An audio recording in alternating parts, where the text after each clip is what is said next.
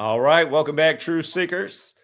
I'm joined here by John. He goes by American Fathers, and I actually need to get his channel up here. I'm hoping he's going to gain some subs from this one. He does great work. He's a reader. He's a father. He's definitely a truth seeker. He's one of the few people in the world that ever talked about my book on his own YouTube channel. Again, if you search American Fathers, that channel should pop up right there. This is the man on the screen. And again, brilliant man. And like so many brilliant people on the tube, just not getting the attention he deserves. And honestly, shout out to Nathan, Disambiguation144. He saw your video where you gave me a shout out, and that's how you came on my radar. And I've been following ever since. And I completely identify with you as a human being. Whoops. Sorry, actually I knocked you off the stream. Again, if you guys don't know John, he's about reading. He's about knowledge. He's about truth seeking. He's about being a great father. He's been a father a lot longer than I have. And he talks about how all fathers should be taking care of their mind and their body so they can be the ideal parent and role model. And again, if we had more people like John in this world, it would definitely be a different place. So without further ado, let's hear John in his own words. And thank you for coming on this morning. Nah, that's pretty cool, Zach. I appreciate you reaching out. I'm happy to be here. I've been a follower on your channel probably since 2020, 2021. And that's how, well, first, thanks again to Nathan at Disambiguation144. He's actually just became my first member on my channel. So that's really cool. He hit that join button. I just realized that yesterday. I'm becoming more familiar with how to work the YouTube studio. The reason I even opened up a YouTube is because I kind of discovered the old Ty Lopez videos back in the day. He had all his books behind him. And yeah, there's a lot of grifting online and stuff. But at the same time, I was already interested in books. And that kind of spoke to me. I was a busser at a restaurant at the time. And I thought, what the hell do I need to do to figure out how to make myself better? I kind of started picking up the term personal development. And that's kind of why I have all these books behind me now. So it's pretty cool. And then that's how I discovered Zach, is I was actually on Amazon. It was during, COVID time. And I was already just a rideshare driver back then, as I pretty much am now, on top of what I put together as a coaching program to help other people, especially people that, like myself, fathers that have been through family law struggles. I learned how to talk about it instead of being not sure what to say about it. And the truth is, I can actually just open up about everything, because that's what's going to bring other people in to relate to. But I found Zach because of reading. And I was literally looking up books on 9/11 at one point during 2020. And I found, right around the same time, I found Dr. Judy Wood and I found Zach Hubbard. And it was these books right here. I found Number Games, 9/11 to Coronavirus. So I got myself a copy. And I was blown away. I mean, just in the first couple of pages, and I was just really blown away. And then I saw Zach had picked up, through his experience in picking up reading books, I think, and kind of what Zach's origin story to bring himself here, beyond being, I think, about 18 years old during 9/11, kind of questioning that. Doesn't look right. I was 12 years old when I saw it. I was in California, so it was a little earlier in the morning. I thought it looked weird. And then, I just went about my life as like a patriotic kid. I cared for my country. I believed in justice and honesty and taking care of people. But when I went through the family court system, I kind of picked up on, there's not really much rights going on in here. The things that these people are doing in here, the rest of the world isn't hearing. They can kind of do what they want inside of a court. And it takes, pretty much anybody to enter a courtroom to learn some of that. But some of the worst is when it gets down to the root of our existence in the family, and and things start entering into our life from childhood. And that's where really you can kind of pick up control over a nation, kind of controlling where the kids are headed by removing, most of the time, the father or whoever the good parent is. And sometimes mothers get alienated. Most of the time it's fathers. I started questioning everything, and then I started picking up books. I might have been more afraid to pick up over the years, but I got books like this one right here, Secret Teachings of All Ages, that I read the whole thing right about the same time I had discovered Zach. And later I would find out that he read this book.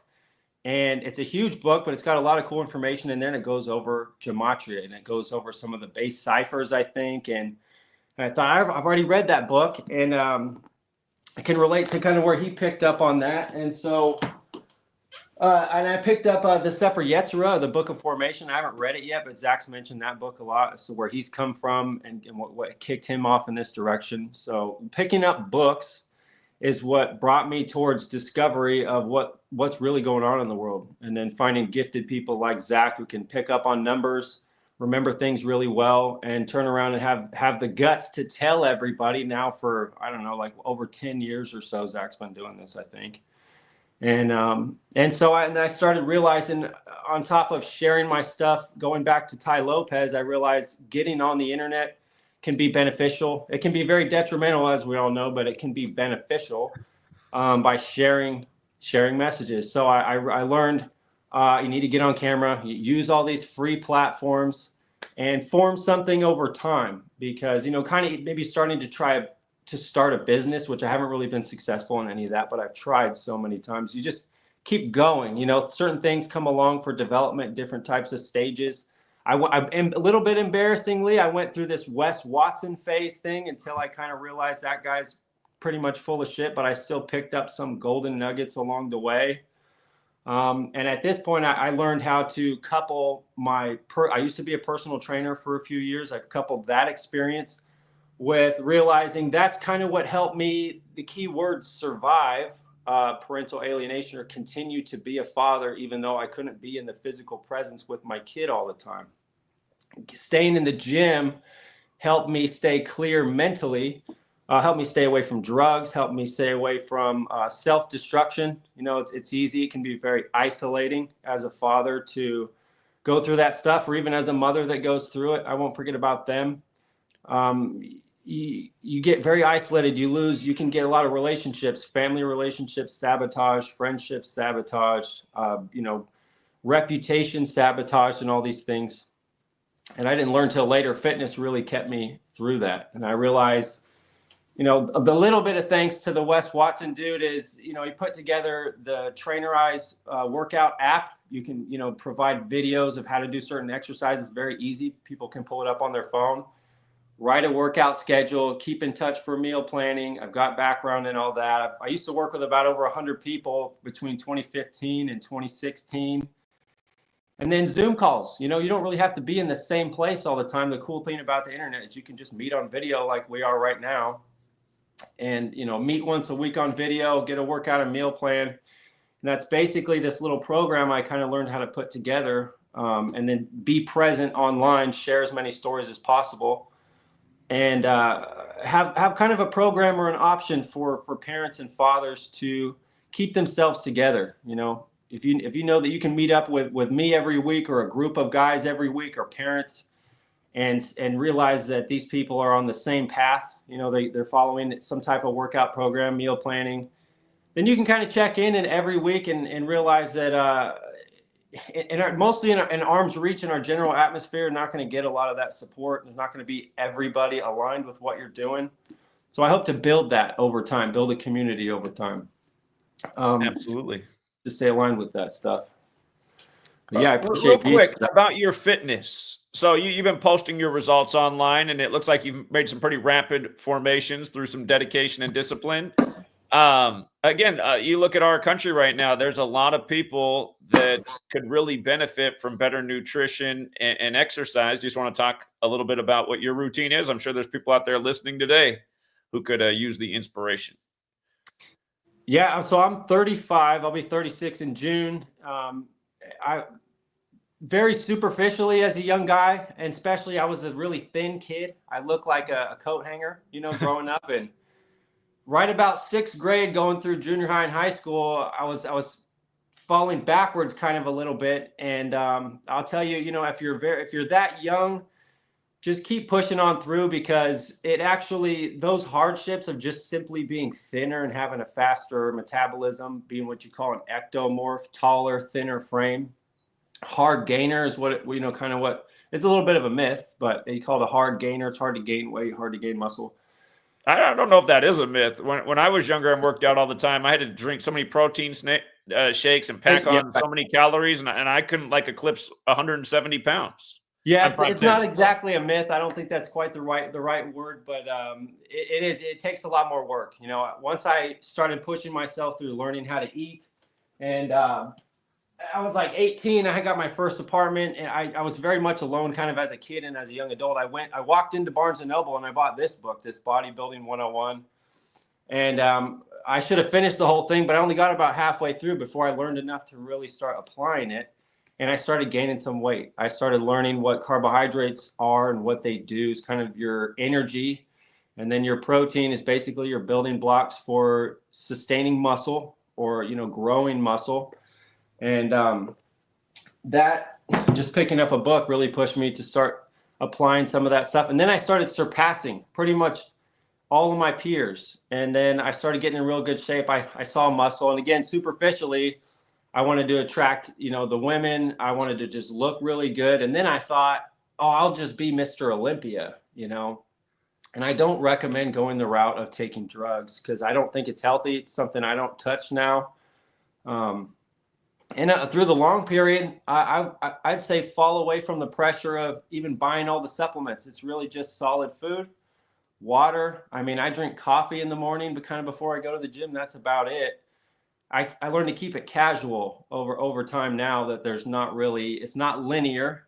There's going to be a lot of challenges. I'm talking to a 19-year-old guy right now. I think he's well over 350 pounds. And he messaged me the other day. So I kind of been falling back and I'm a little embarrassed to go to the gym. I said, man, if you got to tell yourself, hey, it's back to square one again, fuck it, I'm going back to the gym.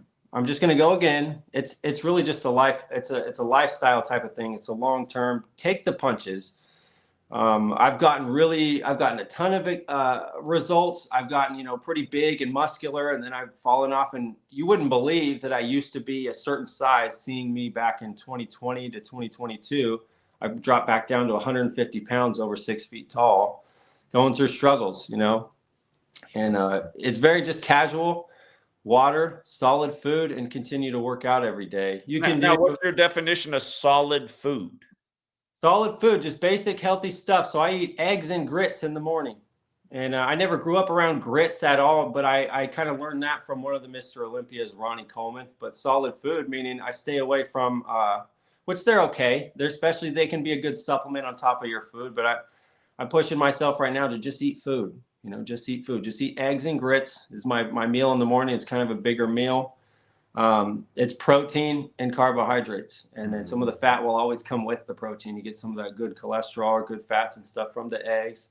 And then chicken or steak or ground beef, rice, and you know, spaghetti's good. And a big deal is which I try to share. I share all the behind the scenes stuff on my Instagram. I was just talking the other day, if I eat a fast food meal, I'm going to share it on there. If I eat donuts or French toast on there, I'm going to share it so you guys can see. You can still eat some of that stuff. Maybe just keep it 20%, whatever, so you can relate to those around you. You know, enjoy some donuts with your wife and kids or something. But 80% is you still got to try to get that last meal in for the day or the first meal in for the day that your discipline, you know, meals, stuff that you know that you need to sustain a healthy body, and that will set you apart and put you in a healthy place. Because I went through a lot of time where everybody's like, oh, you can't eat this, right? Oh, you can't have cake, right? Or you go to, you know, family Thanksgiving. Oh, you know, John can't have any of this. He's Mr. Bodybuilder over there.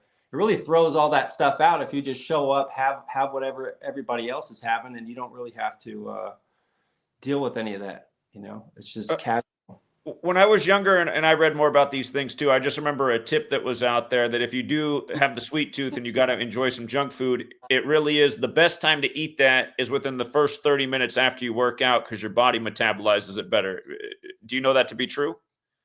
I think right after you work out, it's like your natural growth hormone will spike and your body's up and running, everything's pumping. So whatever you put in there is going to be absorbed real quick and go into your muscles. The sugars and stuff, like I could have a donut walking right out of the gym, won't be that big of a deal, but I'll still after that go for something good and nutritious and replenishing some carbohydrate and protein. But the truth is you could even have a whole bad day. You could miss a whole day or whatever it is, but you got to keep coming back the next day and the next day, because days go by so fast overall in the big picture. If you're staying pretty well disciplined overall, you'll be generally healthy. Sure. That's where I'm at right now, you know? Sure. What is your routine for exercise right now? How many days a week? How much time? How consistent? Every day I'm what you would call basically kind of like a bodybuilder split right now. It's just a muscle group split, and it's not exactly needed for bodybuilding. If I could get like some of my wife's grandparents are dealing with a little bit of health issues. It's a little harder to get some people to listen, and I don't even talk to them that much. But if I could prescribe to them, one's in their 70s and the other one's he's like 90, I would pretty much give them the same thing that I'm doing. A little bit, it's just resistance training. So activating and using every part of your body. So you have, your larger muscles, your chest, your back, and your legs. If you're doing a little bit of activation and making it useful, then it'll keep them healthy. So I'll do a leg day, and then the next day I'll do chest by itself. The next day I'll do abs, and then the next day I'll do back. The next day I do shoulders and calves, because calves, anybody who's ever tried to grow their calves, you hear all the jokes. It's like it's hard to get them to grow. I give them their own day. They're split from shoulders, so it's kind of like they're both fresh. Then the last day is arms. And so then just intuitively, I take rest days when I feel like I need to take them. So you can go 2 days in the gym and then take a rest day. Sometimes I've taken, it's a little bit too much for me, but I just took 4 days rest the other day, but I kept eating really good the whole time. Sure. And I kind of grew and I went back stronger. So as long as it's not more than this bodybuilding book I shared, it actually showed if you get a good consistent 8 weeks into the gym, you can take a week off. Just continue to eat good. Don't trash yourself. And you take care of your joints. Those rest days are good. It won't overwork your joints if you're a guy and you're really trying to push heavier lifting, or a girl. Rest days are intuitive. I can throw them in there any day I want. So sometimes I'll go 7 days in a row. I went through some years of that just because it kept me on a basic routine every day. And I wasn't murdering my muscle every time. So say if it's chest day, on some days I'm going in there, I'm kind of a little bit tired, but I'm not going to go in and try and lift my heaviest. I'm just going to go through the motions, lighter weight, pretty moderate. And that way it starts the day off right. I got my blood moving for the morning. It's not like linear, I'm working up to the Super Bowl type of thing. It's just, hey, I'm in here, I'm going to move around a little bit, very lightweight. And it kind of sets the tone for the day a little bit. It gets out. For mental health, it's really just like probably the best thing in the world is eating healthy and exercising. It filters out all that crap, because the more that you sit sedentary and you don't move, you get more in your head, less answers can come to you. It's just like going outside for a walk in the sun, which is really helpful too. It'll cleanse you. Our body is actually a pretty good tool, I would say, to cleanse all the crap that happens in life if you just get a little bit of exercise in. And especially for fathers that and some mothers out there, typically it's fathers, that you go through this shock, because I had no idea what it was until I walked into the family court system, where I realized, now you're going to go from seeing your child every day to just 2 weekends a month.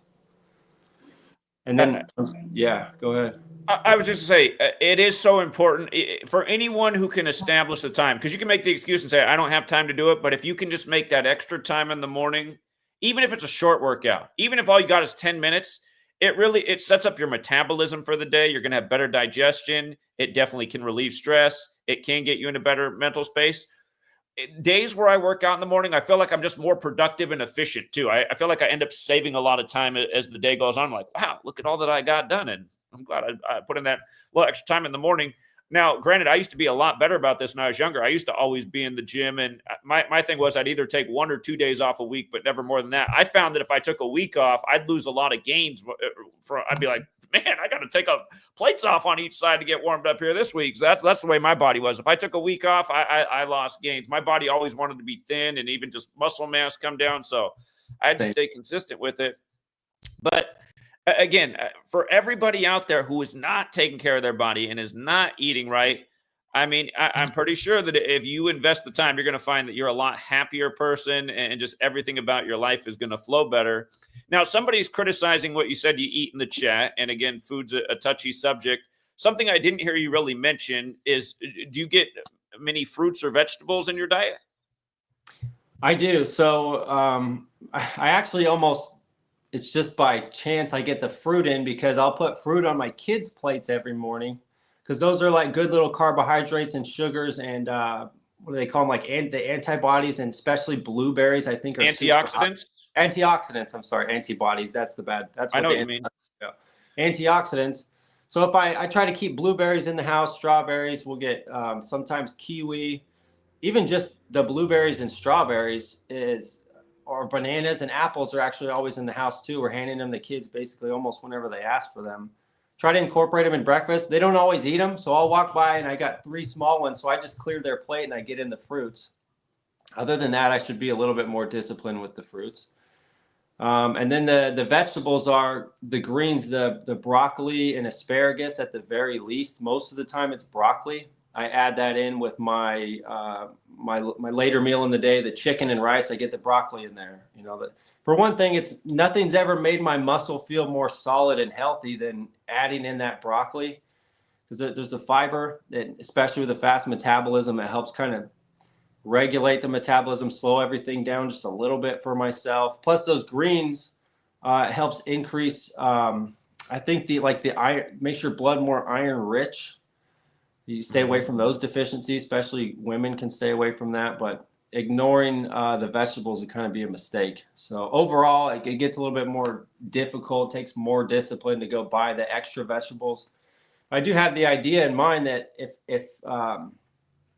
in the long term, if I get some different stuff over time to introduce to my body and put whatever squash, any type of other vegetable or fruit, overall, it's going to help continue to strengthen my body. But at the very least, a little bit of fruits, that I'll get with the kids: apples, banana, blueberries, strawberries around morning time, and then broccoli or asparagus in the evening. So I get those in. Do you eat cilantro or parsley? I will, but it's something I don't really just get that often, The reason I always bring those foods up, and they both do the same thing. Cilantro is cheaper than parsley, but some people have like a taste bud that really doesn't like cilantro. I've ran into that a bunch of times. People think it's like the grossest thing ever. I love cilantro personally. I just highly recommend that everybody get some of that in their diet multiple times a week, because what both of them do is they filter a lot of toxins that are in our body. I mean, we live in a toxic world. Very inexpensive medicine is how I look at cilantro when they say make food your medicine. Again, even organic cilantro, you can usually get it for about $1.50 a bushel. I mean, you're drinking shakes. You can blend up a little bit in there, sprinkle it on your food. I mean, it pretty much goes on anything. It's just, I think those are 2 foods that people overlook. Some people like parsley more. It usually costs a little bit more. Usually goes better with your spaghetti or something like that. But yeah, I highly recommend that everybody get those things in their diet regularly. We do live in a toxic world, and it's like you're putting a natural cleaner in your body. So I'd take that as a sign for anybody watching, just like I do for myself right now. That's going to be a reminder. I'm going to grab that and make sure I get some of that into my daily, or somewhere into my week or monthly food, so I can get that stuff in my body. One of the things I get it in more than that, because it's like you're putting that cleaner in your body all the time. Yeah. I mean, just bushel of cilantro. Even if some stores, like I live in a store that hardly ever has organic stuff, a bushel of cilantro is always 75 cents there for the non-organic kind. Oh, there you go. And I mean, but again, a bushel of cilantro, you put it in something, you'll last you the whole week. So we got to really give ourselves the best chance for life, or even for parents struggling with family court and stuff. Is whatever, if say you get the hardest challenge of your life today, to give yourself, or if it's a sickness or something, you to give yourself the best chance in life is to make yourself as healthy as possible, just in case whatever happens. And then heart disease is like the biggest killer, I think, in the world, especially the United States, but it's one of the most preventable. So if you get a little bit of discipline with your nutrition, you can avoid some of those things, or probably even the cancers, all these different types of cancers and stuff. Give yourself the best chance. I want to be I care about my kids so much. I want to be there for them for the rest of their lives and their kids, you know, for as long as I can. Give That's what I'm myself. thinking about a lot right now, because I'm having my first child late, and sweet lady wants to have 2 more, and she wants to space them out every 2 years. So I'm thinking, okay, if we have our 3rd child, that'd be 4 years from now. I'm going to be approaching 46. I mean, I'm going to have to take care of myself. I want to see them, you know, grow up to even be young adults. And yeah, so that's motivation. About cancer, how do you feel about fasting? Do you fast at all? How do I feel about fat? I try to follow some of the guys that are a little bit more educated on it, or talk about it more on social media, and learn from them. Part of me immediately thinks, okay, my metabolism's so fast, or I've gone through points in my life where I haven't eaten, either because I just didn't have the option to eat as much, or just being depressed. I've gone through so much time of no eating. I feel like I'm going through a 48-hour fast if I just don't eat for 12 hours, or you know, half the day. I feel like I'm already fasting. I felt my body starts really eating away the muscle mass, and going backwards. But at the same time, if it is beneficial, even going through some of my struggles, then I've probably got some of the benefits from it. It's not something that I would really deny, as far as I know. I don't purposely really do it that much, but I think it's good to try some stuff out, you know, especially it's said to clean your body out a little bit more. And even some of the books I read, it's some older stuff. Sometimes these guys, I've just read this little Barron Trump book. I finished the first one in the collection, and he's talking about, you know, having a clear mind for an evening, preparing for something, trying to be as intelligent as possible, and kind of avoided some food for the day. Mm-hmm. So I've got some to learn there. I don't really ever purposely do it, but it sounds like it's good for people to try sometimes. Sure. One of the interesting studies out there is the group of people in the world that have the lowest cancer rates. It's kind of interesting that they're the lowest, because if you look into it, the greatest fuel of cancer is sugar. The greatest fuel of cancer in the body is sugar. And obviously Americans are eating way too much sugar because of all the processed food and all the added sugar. And of course, we have government that subsidizes sugar above all things. And I don't think that's by design. Every grocery store has got that pharmacy in there, and they're making a lot of money off these sick people. But what's really interesting is the group of people that have the lowest cancer rates in the world also happen to be the people who consume the most sugar, because eating sugar cubes is very common in their culture, and that's Muslims in the Middle East. Now, the reason they're somehow countering cancer despite consuming more sugar than anybody per capita is because they fast more than anybody else. And what fasting does is, like you said, it can eat your muscle. This can be the downside, all things good and bad. If you're a lean body person, when you're fast, your body has to eat at something that's on your body. So again, a lot of people have a lot of stuff in their body that doesn't need to be in there. That's what the body will target, the things that it can get rid of first. So if you have like things growing in your intestines that don't need to be there, little cancerous growths, fasting targets those things and eats them up. So before the cancer, you know, expands and manifests through the body, this routine fasting can take care of all that. So again, intermittent fasting, what's commonly recommended is eating in a 6 to 8 hour window per day. This isn't going to work for everybody. Like you said, if you go 12 hours, you just see that your muscles start to shrink because your body's already eating around. You're a lean guy. So it's different for each person. But for the average American, there's a lot of things on most Americans' bodies that can be fasted away, including big bellies and hanging chins, and even looking at our children right now. So for a lot of people out there, again, research health and nutrition. And you know what? You got to consume your social media, man. Get to a place where there's a treadmill or a stair climber or something, and consume it while you're moving your body. You know, so many people, I bet average American probably spends an hour a day just sitting on their butt, scrolling through things. Imagine just keeping that body moving for an hour each day, all the benefits you're doing. Again, coming back, what's it look like when you roll out of bed? Is the first thing you do just shoot off to the gym, or what's the process from getting out of the bed to getting to the gym? So this year, I kind of picked up on this idea. I wish I'd remember this doctor's name. He's a real big hit on Twitter and Instagram. He's got kind of a long name. His name slips my mind right now, but he's always posting a lot of this good information on salt So just this year, I started just sprinkling some salt. I should get the iodized salt, I guess. I haven't got that yet, but I put salt in a little glass of water. I mean, it's a little bit more than a shot, probably a couple of shots, I guess, but maybe a half a glass of water even, or for some people, a whole glass. But I get a glass of water. I just sprinkle some salt in there and drink it immediately. And then I have a coffee. Creamer's probably not that healthy, but I just have one coffee, a little bit of some creamer. And then I go to the gym right after that. And that's how I start my day. So the gym takes about 30 minutes, really. So just because of the muscle group split over time, I'll just do chest like I did today. I was in and out in 30 minutes. And then I get home and this is my, it's kind of waiting for me afterwards. This is a bowl of grits right here. And then these are 8 eggs. This is kind of a lot for someone like me, a faster metabolism. I need a little bit higher protein. I'm like 6'1", so I'll eat a little bit more. It's bigger than for most people, but this is what I eat every day. I'll share a little picture of it on my Instagram. And then a lot of water. I like to get these big old cups here. So when I start to water in the morning, it's about this high with the salt, but then I fill this thing up. I don't like eating eggs.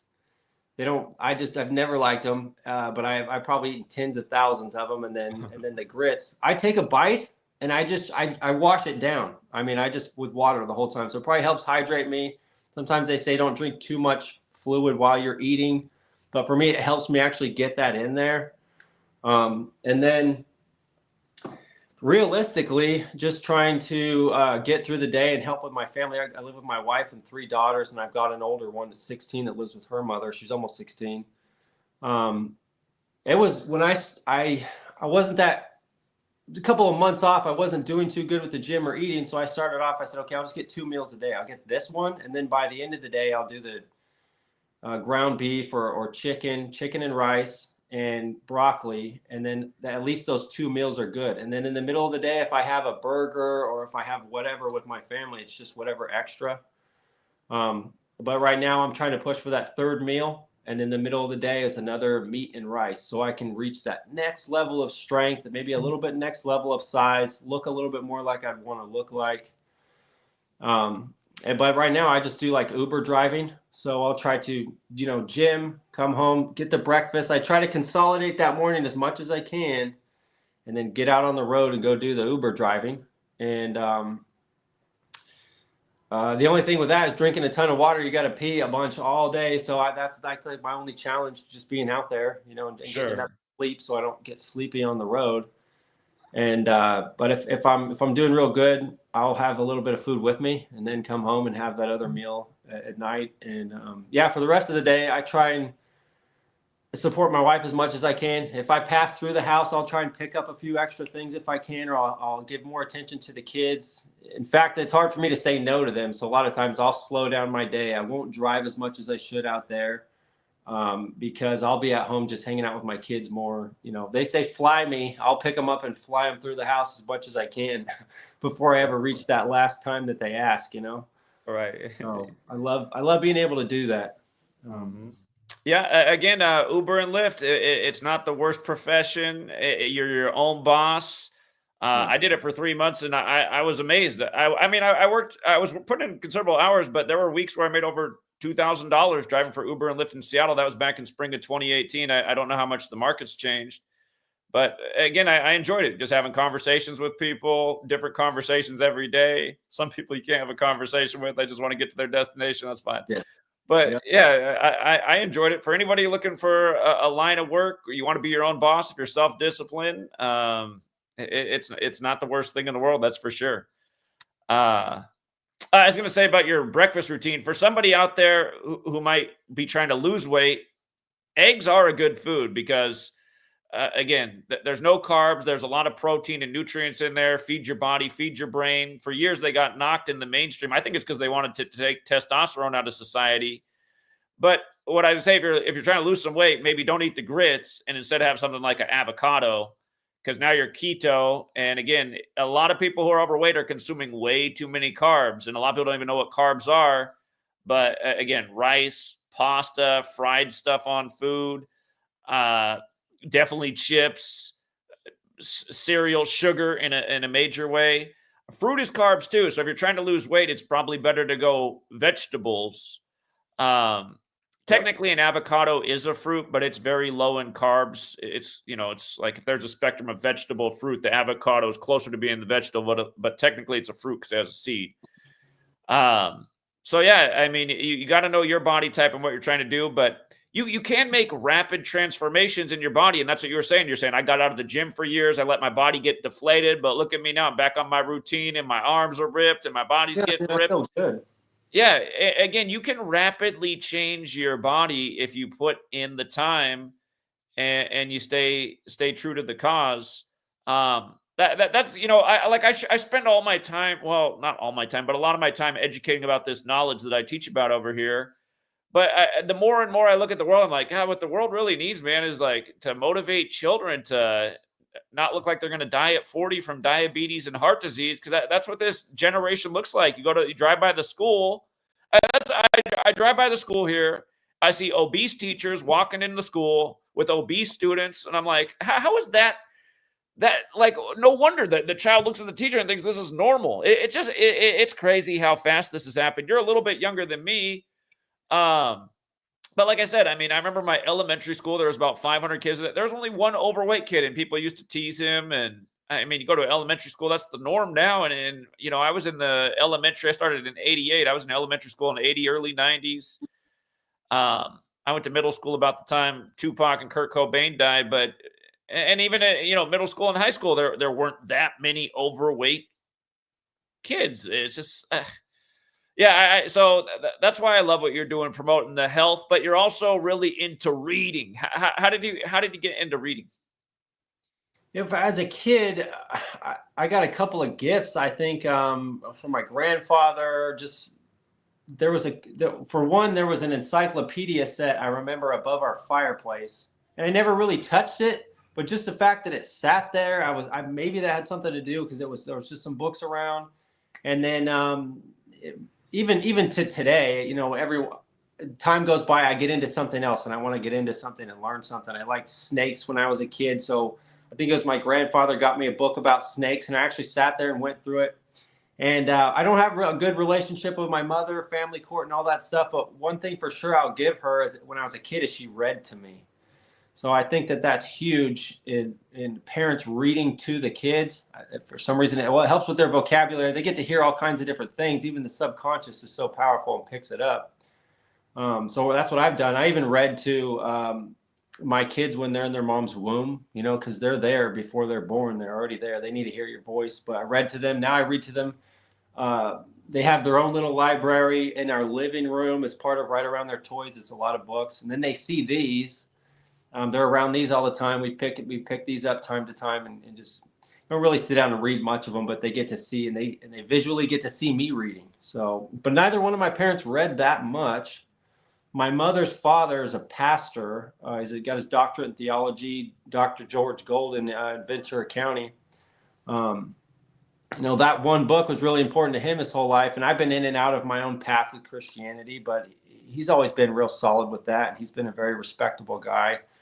But yeah, I think my mother reading to me, the fact that we had some books visually around the house a little bit when I was a kid. And then in my early adult years going through the family law stuff, for some reason, I just kept hanging on to books. I've been homeless several times, and a stack of books is one of the last things I kept with me.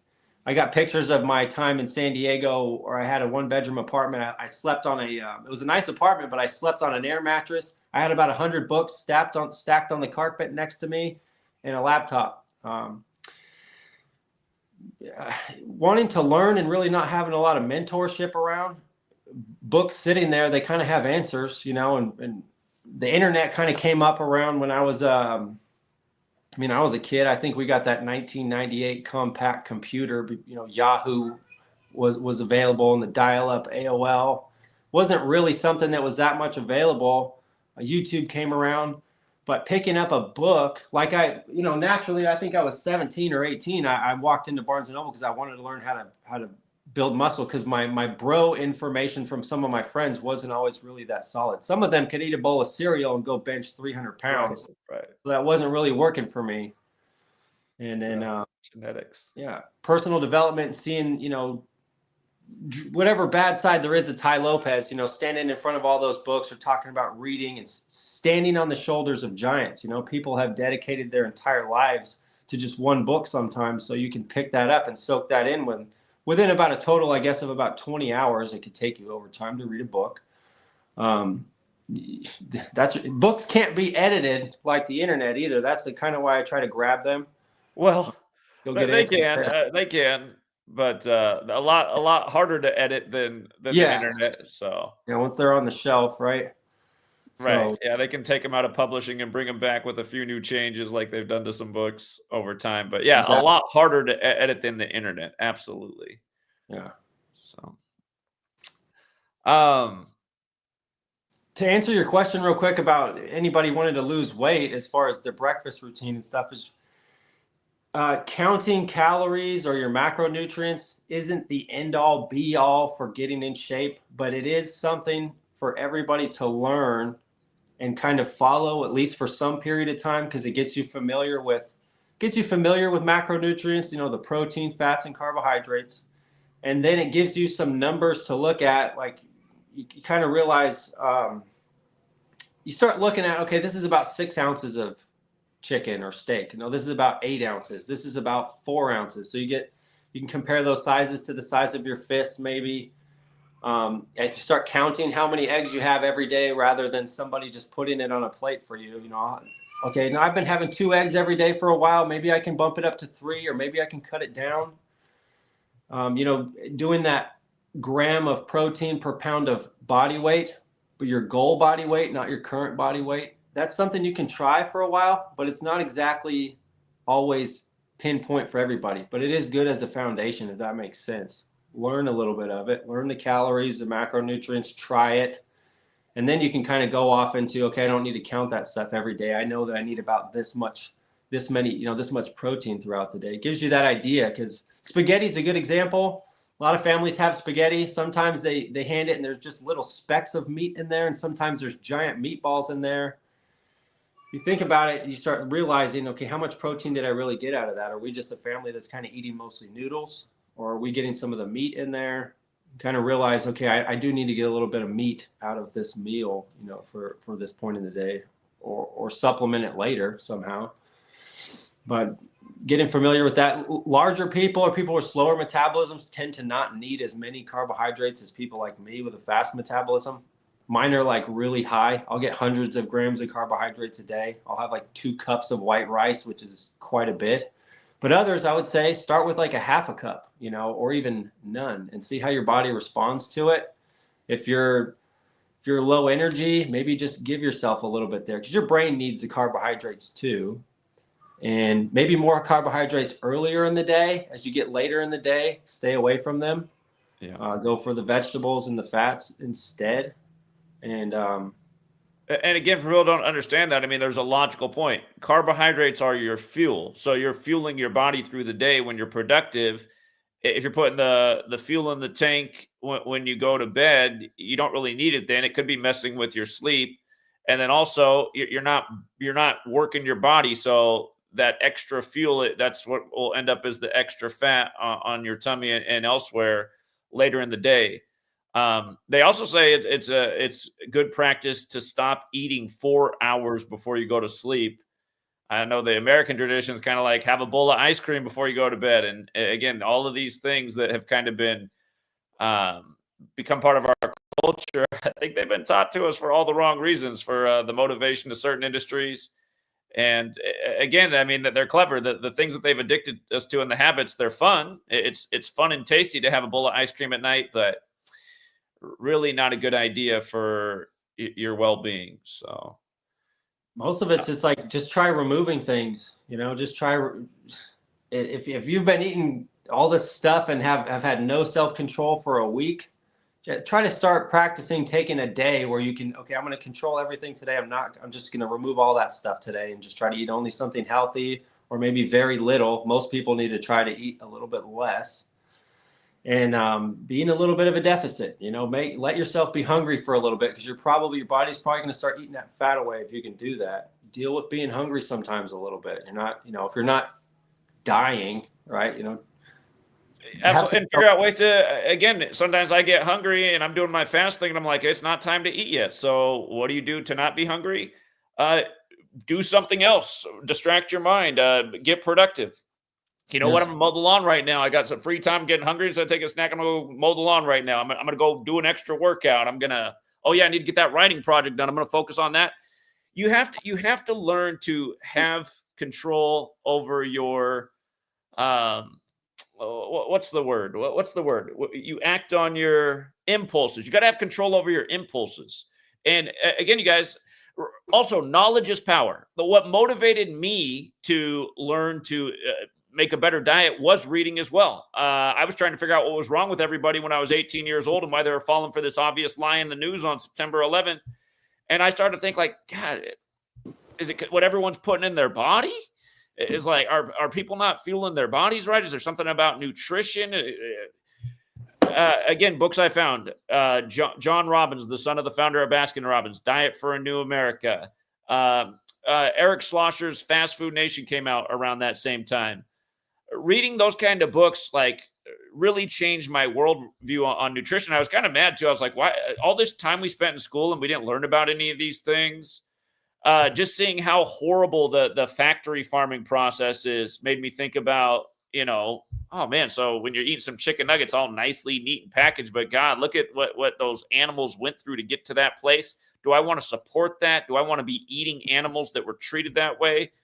Again, it's hard though, because if you want chicken, again, you get that cheap Tyson chicken. It's very inexpensive. You want that free range organic grain-fed chicken. I mean, you're paying at least double the price. A lot of people can't even afford that. Again, there's so many obstacles, but the things that will make you make better choices in life is having the knowledge and understanding of why you should do that. Not only what it does for yourself, but perhaps the environment and the world you live in. That's, again, knowledge is power. It can help you again, knowledge can help you in all ways, but especially in terms of taking care of yourself. And I was never a reader until September 11th happened, and I found myself in a place of social isolation, and I found a respite for me was reading books. I was like, well, reading books. Okay, this helped me pass the time. I don't have as much of a social life, but now I'm picking up knowledge. I'm learning things. Again, books are a great friend in times of need and in times of despair.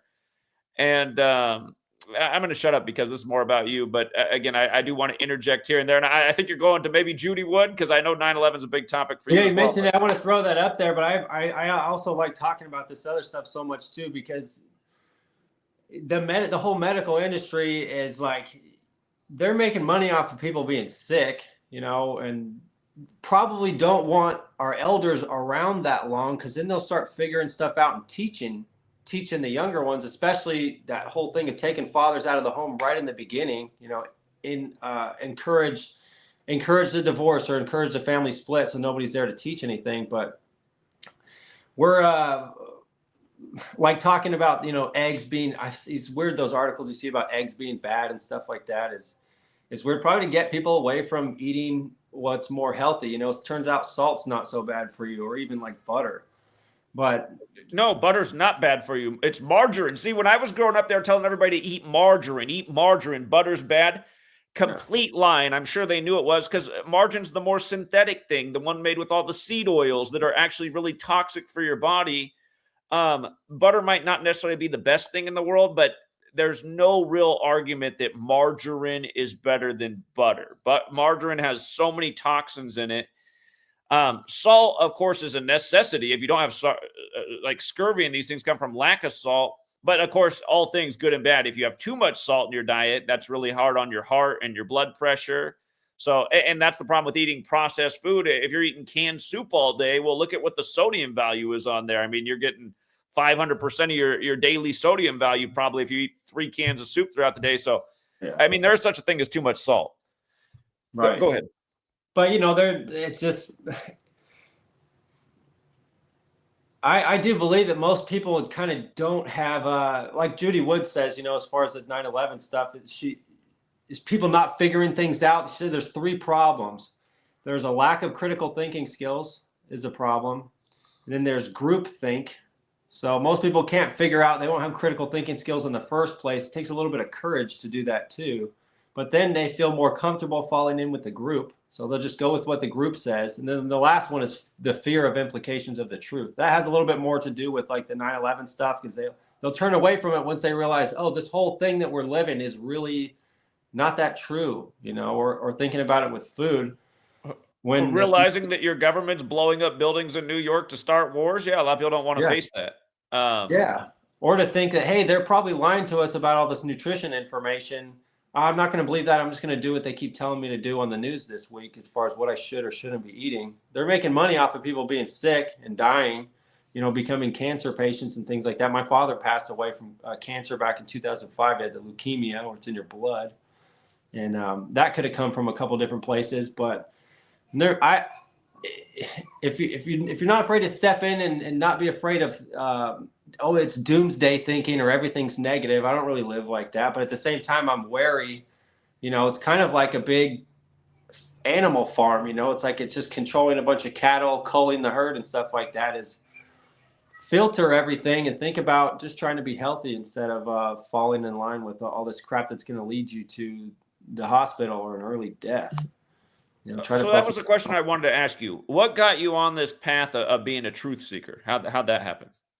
I would say one of the biggest things was the family court that really just punched me out of the box that most people are living in. Because like I said, I was very like patriotic.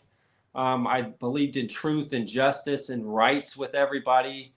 And once I went in there, and I was very open, which is a mistake through the family court, you know, especially sometimes with police if they're involved, or with the judges and stuff like that. I was just talking in there, thinking, oh yeah, I mean, I've done nothing wrong. I can talk about the truth about what's going on, and justice will be served. Then I learned that didn't matter in there. Evidence didn't matter in there, which is a huge part of what we're looking at today. People don't really care about evidence. And so having losing access to my own child really pushed me out of, I'm like, we're not really living where I was kind of told, you know, we're living. This isn't like the bright and beautiful United States of America, freedom and rights. So that kind of pushed me out more. Although going back to I was 12 years old. So in California, 8:46 in the morning would have been like 5:46 in the morning in California. So I was getting ready for school. It was just me and my mom at home. And I saw it on TV. She told me about it. I think she was on the phone with my dad or some other people in the kitchen. And so I watched, and I saw, you know, the second plane. And then, you know, when I watched those buildings go away, I thought that's insane. And even me and my mother kind of mentioned, we thought 911 on 911, that's just weird, you know. And it didn't go too much further than that at 12 years old. I kept moving on. In fact, I was probably the perfect age to go off and you know, die in Afghanistan or Iraq. I probably would have ended up over there. My father passed away at 16. But really, I think it was the family law. I noticed a few things. I was questioning things growing up a little bit, but family law really kind of pushed me out. And then I thought, I think it was 2019. I was like, well, what do I got to do to make money? This is frustrating. I got all these things coming from all these different angles. The internet's really blowing up as far as how to get rich quick. And for some reason I thought, well, I'll just go to the top. Who's really just got all the money? And I started searching up some Rothschild stuff. And I came across a guy named Sean Ross, or Boss Ross. They call him Sean Ross. Was backpacking through Europe and like going through castles, and he could speak German, French, and English, and he's talking about history and talking about Freemasons, and he was at a Rothschild chateau, and it was hilarious because they were having some kind of a party there. He kind of walked in with his backpack, took a bottle of wine, went outside on the grass and drank it while he's pointing at like devils and stuff in these carvings on some of their stones. He's like, look at this, look a little bit closer at this stuff. So I started listening to him, and I started following him instead of focusing on the money part. I started listening to that. And it was the same time I was going through the absolute worst in the family court, just really getting trampled in there. You know, they don't really hold most of the time it's mothers. They don't actually make them follow the court orders that well. And if you try to have it enforced, you'll be let down most likely there too. But he picked up that book, The Bee Thing. by Gelatin. So there's a book, and I think it's still on Amazon. It's like $1,000, but it's kind of a picture of the towers on the front. Most of it's written in German, but he was reading the German. He's like, look how messed up and psychotic this is. They got a lot of creepy drawings and stuff in there. It had to do with the art students that were on I think the 93rd floor of the North Tower. They were there for almost a year or something before 9/11 happened. So that pushed me towards 9/11 a little bit more. And less than a year later, I had moved from San Diego back to Bakersfield again during 2020. And I just started looking at books on 9/11. I was like, I'm just going to start reading and figuring out what's going on. I used to kind of follow the idea of there was explosives and stuff in there. That's what I thought for a while. But at the same time, I swear it's probably the same day I found 9/11 to Number Games, 9/11 to Coronavirus.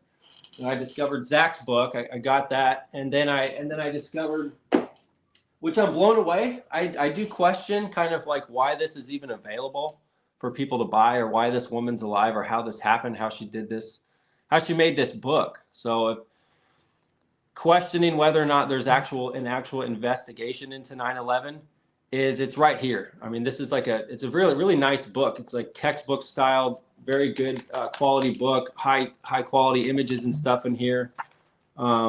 It's really the investigation into 9/11. So this woman's qualified. She was a professor at Clemson University, and when she saw it that day, she started looking at things. She said, she's like, I can't allow my own, it's an insult to my intelligence to look at this and say that this is what happened. There's no way those buildings could have went away that fast. So she started actually doing an investigation. So when I got this book, I read the whole thing in 2020 for the first time. I probably read it 5 or 6 times now, and I've gone back and watched all my videos I did on it. I actually read it word for word, chapter for chapter on a playlist on my YouTube. I finished it this last year. I went through the whole thing, and I kind of got a blessing, not directly from Judy, but from one of the guys that helped publish this book, Andrew Johnson. So he kind of gave me the encouragement to keep going, keep reading the book. So I read through the whole thing. Yeah, there it is on my channel. Almost to kind of like, in a way, not as good as what Zach's doing, but it's kind of like hand holding, saying, it's all right here. All the answers are right here. I read through the whole thing. Most books, you can't do that. But as far as Zach, someone like Zach or someone like Judy Wood, they want the information to be out there. They want you to take responsibility and ownership of this information and do something with it. Talk about it.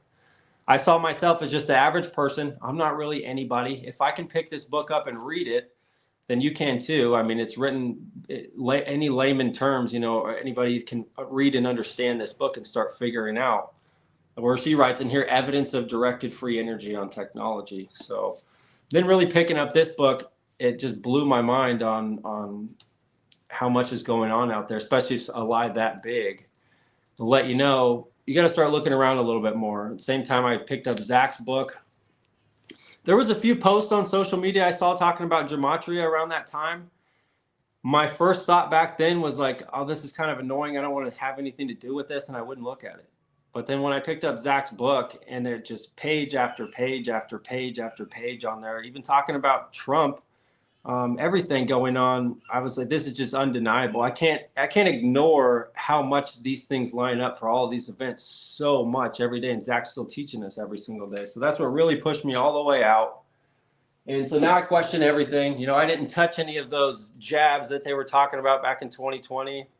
I didn't put any of that stuff in any of my kids or me or my wife.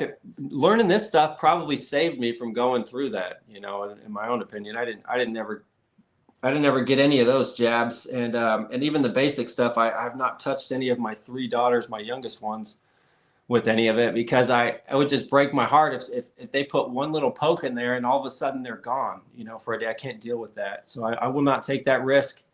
Realizing how kind of dark and nefarious the medical industry is, and how many people are getting all this autism and stuff, I thought, I'm not taking the chance. I actually have more faith in what our bodies really are, how good our bodies are. That's a tool to get through this life. I'm not touching any of that stuff. So it probably saved me, in my own opinion. I think a lot of people on here would agree with that. But that book is incredible. Yeah, again, knowledge is power. And again, a lot of people are scared to question authority. But I mean, if you're honest with yourself and you say, are the authorities really doing that good of a job for us? Because look at where they've led society right to this moment. I mean, look at our children. They're under the leadership of authorities. They set up the school system, they set up the food diagram. They've said what's okay for children. It's led children to this point. We have a very ignorant populace, poorly educated, horrible health problems at young ages. I don't know why more people aren't going, something is seriously wrong, that we need a radical change right now in this moment. Our leadership is not getting it done. I felt that way since way before it got this bad. And as a young person, I was like, where are we going to? Like, how bad is it going to get and how fast? I mean, I feel like we're being driven to a cliff. And I don't know how more people don't see it at this day and age. And that's why there needs to be more people speaking up. And you were kind of alluding to this earlier, kind of getting over your fear of speaking out and putting yourself online. So many people in this world do not do the things that they should do out of fear. And I'm sure a lot of people, when they're in their closing days, their dying days, they might be thinking back on their life and thinking, man, I can't believe I didn't get that done. Oh my God, where did all the time go? And I didn't get that done.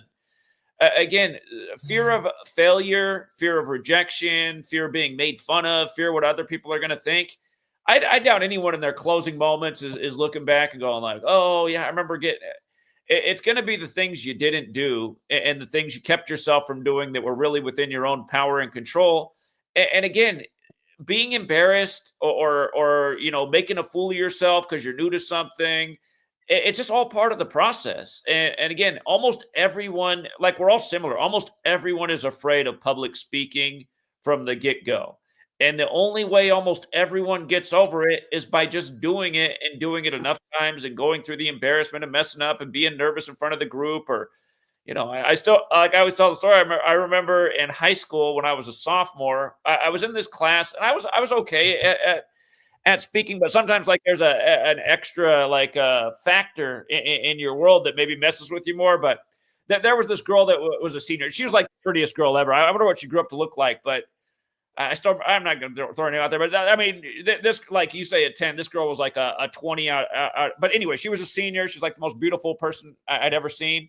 And I'm a sophomore, and I'm okay at speaking in front of the class, but I'm uncomfortable too. But she was in the class, and oh my God, I was like, what is this girl going to think of me? And I just remember I was like rattling, like I was just so nervous. Yeah. Anyway, I still remember that moment because I just felt like that was the most embarrassing moment for me, having to do public speaking. But even still, that's just all part of the process of getting to a place where you're comfortable being in front of a group of people, no matter who it is. And, a part also helped me out is when you go to grad school to become a teacher, and you could do it in your undergrad as well. It's not what my undergrad was. I had to go to graduate school to become a teacher, that they make you get up in front of the class and speak all the time until it just becomes second nature. Public speaking is a very important skill that I would encourage everybody to become comfortable with. Again, we need more speakers and leaders, and seriously, we need people to like get out and do what yours truly will do. Go into a city and get on a megaphone and share information about relevant topics. Imagine we have a world where like there are people on corners that you wish would just shut up because they're going on about the same old BS that really doesn't help. But I feel like when we go out to a place and we're educating about, current events and like people who are listening do stop and go, wow, this is crazy. Where can I learn more about this? I mean, you're going to have people walk by and give you the middle finger and say all that. But I'm just saying, if we had a world of leaders and speakers and people sharing real information and knowledge that can empower, the world would actually change. And the reason we don't is because so many people are allowing their fears to control them. Fear of public speaking, fear of being ridiculed, fear of the guy coming down the street that's going to flip you off or call you a weirdo or a loser or a conspiracy theorist or whatever. You got to get over all of that. And also part of what helps you get over all of that is confidence. And how do you build confidence in yourself? Well, taking care of your body. How many people are embarrassed? Like they're embarrassed about the way they look. A lot of people don't go to the gym because they're embarrassed about the way they look. Don't worry about what other people think, but also if you are more comfortable in your own skin, you're going to be able to accomplish and achieve things you froze up a little bit over here on my end. We're coming what back. You're good on my end. Okay, you're good. You're good. Sorry. Yeah, I'm just going on about how you cannot let fear dictate your life, and that's the other thing too. Like learning about truth can be scary, and that's part of the people that want to do. Oh my God! I mean, you see how many people like wake up to the truth, and then they feel like the world's going to end any day. again, knowledge is power.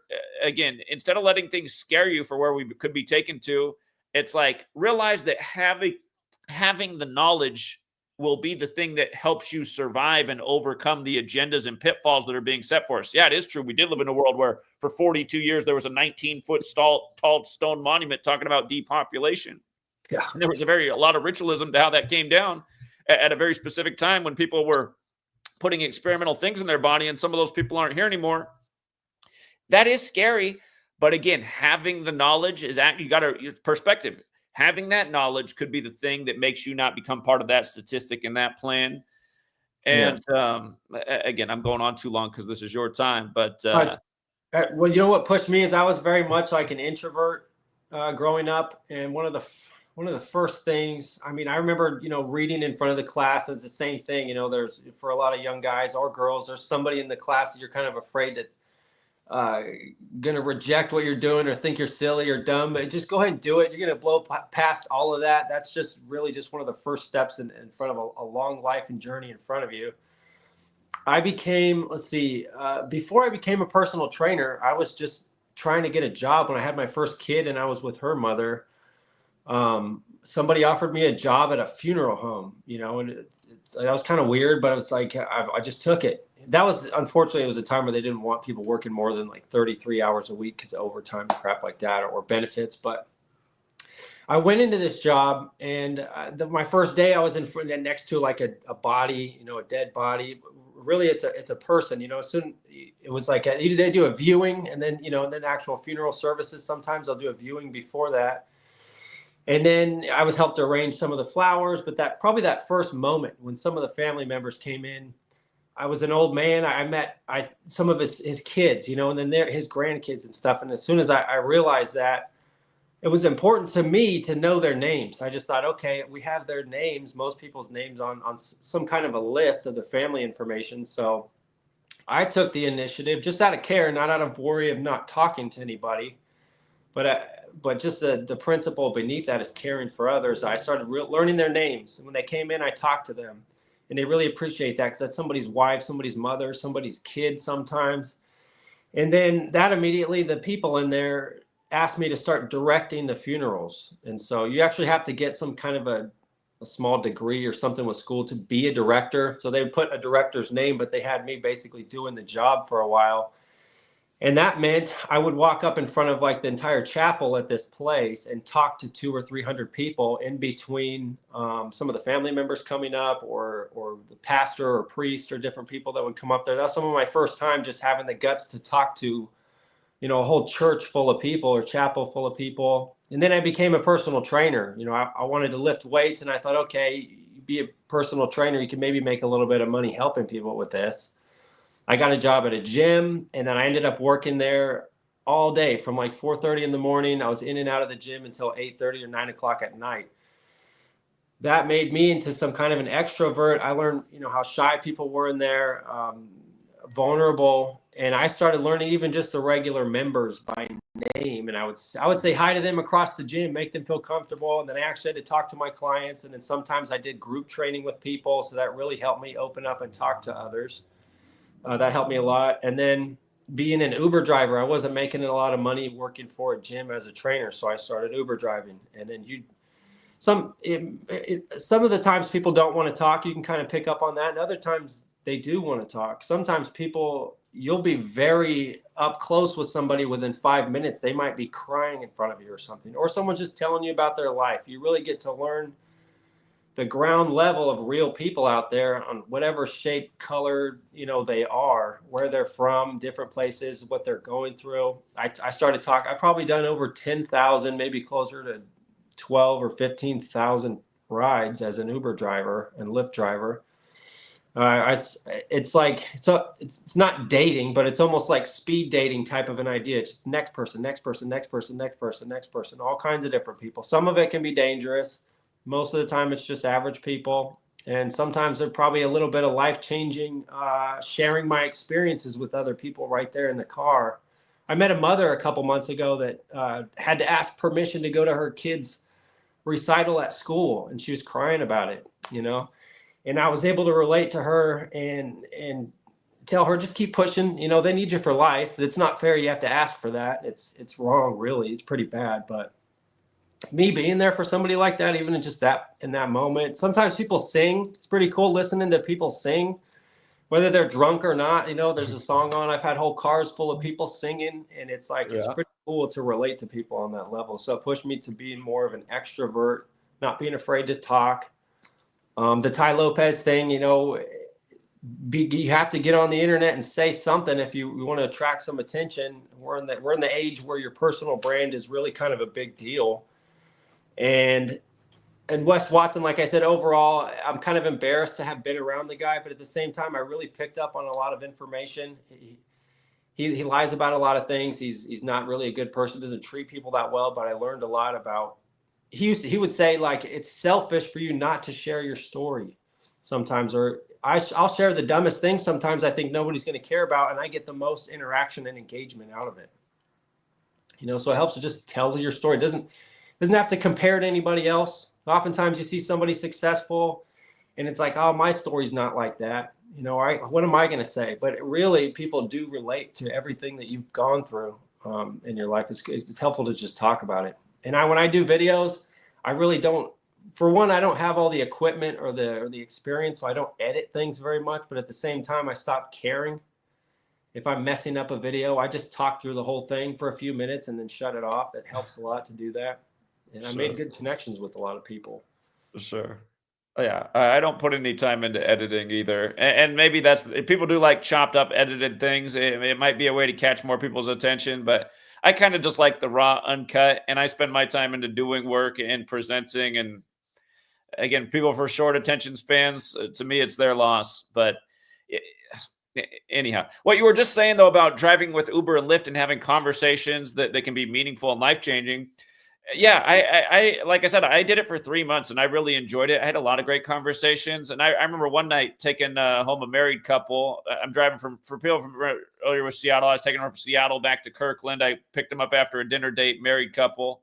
And then, you know, naturally people will oftentimes just start asking about you to make conversation. It's about a 25-minute drive. And, you know, somehow in some way in the conversation, it got to, you know, I've been with this sweet girl for a long time and we live together. And they're like, so wait a minute, you live together, but you're not married? I was like, yeah, we're not married. And the guy was just like so distraught about that. He's like, that is not right. Hey, you should be married. And I thought, well, you know, I mean, we have a good relationship. We're loyal to each other. And then the wife was like, I bet she would rather be married. And you know, when the wife started saying that, I already knew that sweet lady, she'd already dropped the clue a million times that she'd rather be married than just living together. And it was around the same time, sweet lady, she was going back to visit family and was going to be gone for some time. And, you know, between that conversation and knowing what she wanted and that she's going to be gone for a while, you know, maybe had that conversation not happened, I might not have proposed, but it was like a week later, I did the proposal. And that couple, just that one night in the car, just the way they talked about it and the man and the woman's opinion, and just knowing also what sweet lady, again, just the power of having conversations, even with strangers. Yeah. And sharing this knowledge. I shared this knowledge with a lot of people in the car. And like I said, I mean, there were over hundreds of great responses, only 2 negative responses. And one was like a little German girl, just know-it-all type. And the other was a guy who didn't want to hear about March Madness being rigged, so he had to slam the door. And I was just trying to cheer him up because his team had just lost. So, you know, but I mean, hey, hundreds of successful stories versus 2 negative stories. I mean, that's a high ratio. And again, it's just, so yeah, again, you talk about Uber and Lyft. I would suggest to anybody out there struggling with work, if you cannot figure out, I don't know if Uber and Lyft still do it, but they used to have a program if you didn't have a car where, like, they lease you the car, and then of course they take that out of your earnings, but it's still a way to get a start if the automobile is the thing holding you back. But yeah, it is a fun job. That's something that's missing so much too, is people's opportunity to talk to other people out there in the society. It's even if you don't really need the money, or maybe you could use a little bit of extra time, it'd kind of be cool just to try to push yourself out there a little bit to actually meet people, you know, because some of what the internet tries to say about this demographic or this demographic, you really actually meet real people doing a little job like that. I've met all kinds of different people. I've had connections with, all kinds of different people. It's cool to actually talk to them, and they'll share a little bit what's going on in their life. And the funny thing is the energy, I believe in some of this, just kind of meant to be to meet some people or share this experience or trade experiences really helps a lot.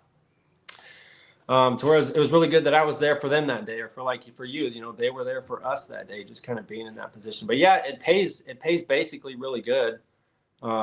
At this point, better than most little entry level jobs. I got tired of working for other people so many different times. Personal training was a good option for that. But then, doing the Uber and Lyft driving, you can work whenever you want, stop whenever you want. It's been really helpful, especially just getting to meet actual people out there. It's rarely a bad experience. Indeed. I don't know how long you want to go for, but there might be some questions for you. Real talk, I think he was asking you if you have any insight on potassium for muscle growth. I don't. I have a little. The only formal education I have, or really getting into the weeds of stuff, is I've been certified a couple of times with the ISSA, and I started one class with NSCA and stuff. So it gets into more detailed things like that. So I don't have any answer for that off the top, but I'd say those, bananas are not really, unless you're allergic, not really a bad thing to get in. And I don't know if it's the potassium in the banana, but all those days for me really pushing my leg training, a lot of times at the end of the day or the rest of the day, sometimes I would cramp up really bad. And so I would make sure to eat a banana the day, like every day, or especially on the leg day before I went in there at some point hours before, and I would stop getting those kinds of cramps. But for muscle growth, one thing, I dated this Brazilian woman in San Diego for a short time. There's a lot of Brazilians out there. And she actually came to live with me for a couple of months. And she would make me put a banana on every meal I had. So I was doing all my meal prep. She would come by and put a banana on every meal, because she'd say that's what all of them had done out there, at least her family and stuff. And she'd make me eat one with every meal. And if a lot of Brazilians are really well-built people, especially like the women too, like these giant, muscular legs and bodies, and the men, like they're really well-built people, and they got a thing for bananas as far as I know. So I'd say they're good if you're not allergic. Other than that, as far as potassium itself, I don't really know too much specifically. Again, though, depending on what your body type is, if you're trying to lose weight, bananas are probably not the best food for you, because they are very high in carbohydrates. And from what I know about bananas, is it's better to eat them when they're less ripe. As they become more ripe, there's more sugar, more carb in them. And if you eat them like a banana, when the peel's all green, they might not taste as good and they're as hard, but they have all the same amount of potassium and they have less of the sugar. So it's actually better to eat bananas in terms of health and nutrition when they're less ripe. So if anybody has any questions for John, that's American Fathers. We can go a little bit longer. I do have to wrap this up in about 10 minutes. Okay.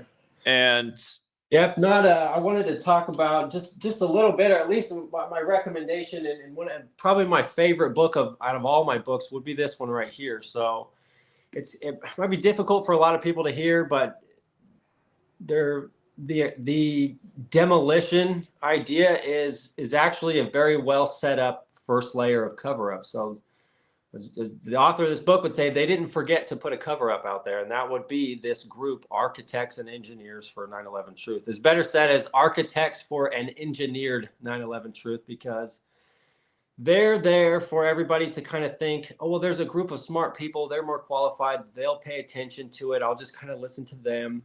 That Jake Shields podcast is a pretty cool new show I've been growing a lot of respect for, but then he just had on the guy Richard Gage, which is the main face for the Architects and Engineers.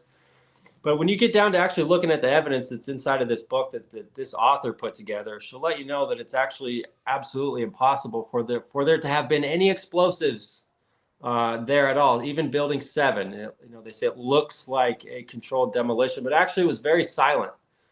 And talking about editing videos. So to get into the book, even if you don't want to buy it, or if you're afraid of the government knowing you ordered the book or whatever, at least go watch some of the videos I read through word for word, chapter for chapter. I challenge anybody, read the first chapter, and see what you think about that. There's no mumbo jumbo in here. There's no theories in here.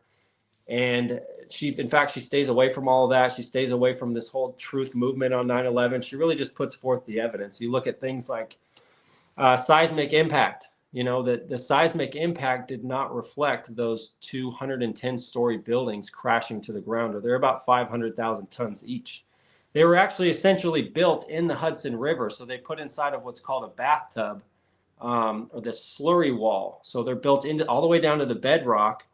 And if they would have crashed to the ground, that wall would have broken. So part of the cleanup process was building 6 was just like an 8-story building. And one of the walls they wanted to pull down, they had to pull it down slowly with cables. They had to lower it down because they were afraid of breaking the slurry wall. So if that would have broken, all of lower Manhattan would have flooded. And that didn't happen. And the seismic activity is also shared in here. I think it's in chapter 5 or 6. Was more like a 20-story building hitting the ground. And actually, it's not even at all like hitting the ground, because when you look at seismic activity, there's something called a P wave and an S wave. And it's actually more indicative of like lifting a bowling ball off of a spring mattress. It's more like the buildings were lifted up off the ground when you look at the activity in the ground that day. It was taken in several different places, or the lack, really it's the lack of rubble. Where did the towers go is a good, it was a great title she put there, because there was not enough rubble to even account for these buildings even being on the ground. So even if there was explosives, it would have made a huge bang, and it would have really damaged other buildings around the area. And really, most of the other buildings were not damaged at all above the 20th floor. And so there would have been damage. Even if you look at the tops of the buildings, there wasn't really things landing on the tops of any other buildings. And so it would make you question, how did all these cars seem to have catch on fire in the street when the tops of all these other buildings didn't really have any debris? They weren't catching on fire, but the cars seemed to be. And so she has a proof of concept thing in here with John Hutchison, or the Hutchison effect, and some of the things that he worked on that actually parallel most of the effects we see that day. Because if you look real close at this is frothing up. And so what's happening is the dust turned mostly to, the buildings turned mostly to dust before hitting the ground. So they didn't burn up. They didn't slam to the ground. They turned to dust before hitting the ground. And the dust went all over New York City. Yeah. Again, I'll remind people, Manhattan is where the Manhattan Project, it's named after. And again, the terminology for when the buildings came down was ground zero. That's terminology that came out of the Manhattan Project. That's the point above or below ground where a hydrogen atomic or nuclear bomb explodes. And in Gematria, ground zero equals 127, like buildings 1, 2, and 7 fell. And they compared it to Pearl Harbor, kamikaze pilots. Pearl Harbor's December 7th. And again, Pentagon construction. Pentagon was also part of that day. Pentagon construction began September 11th, 1941, like literally on 9/11, but right before Pearl Harbor. There's so much ritualism to it. The one thing I have trouble with about no demolitions, I personally do not think that's true. I think that's faulty information.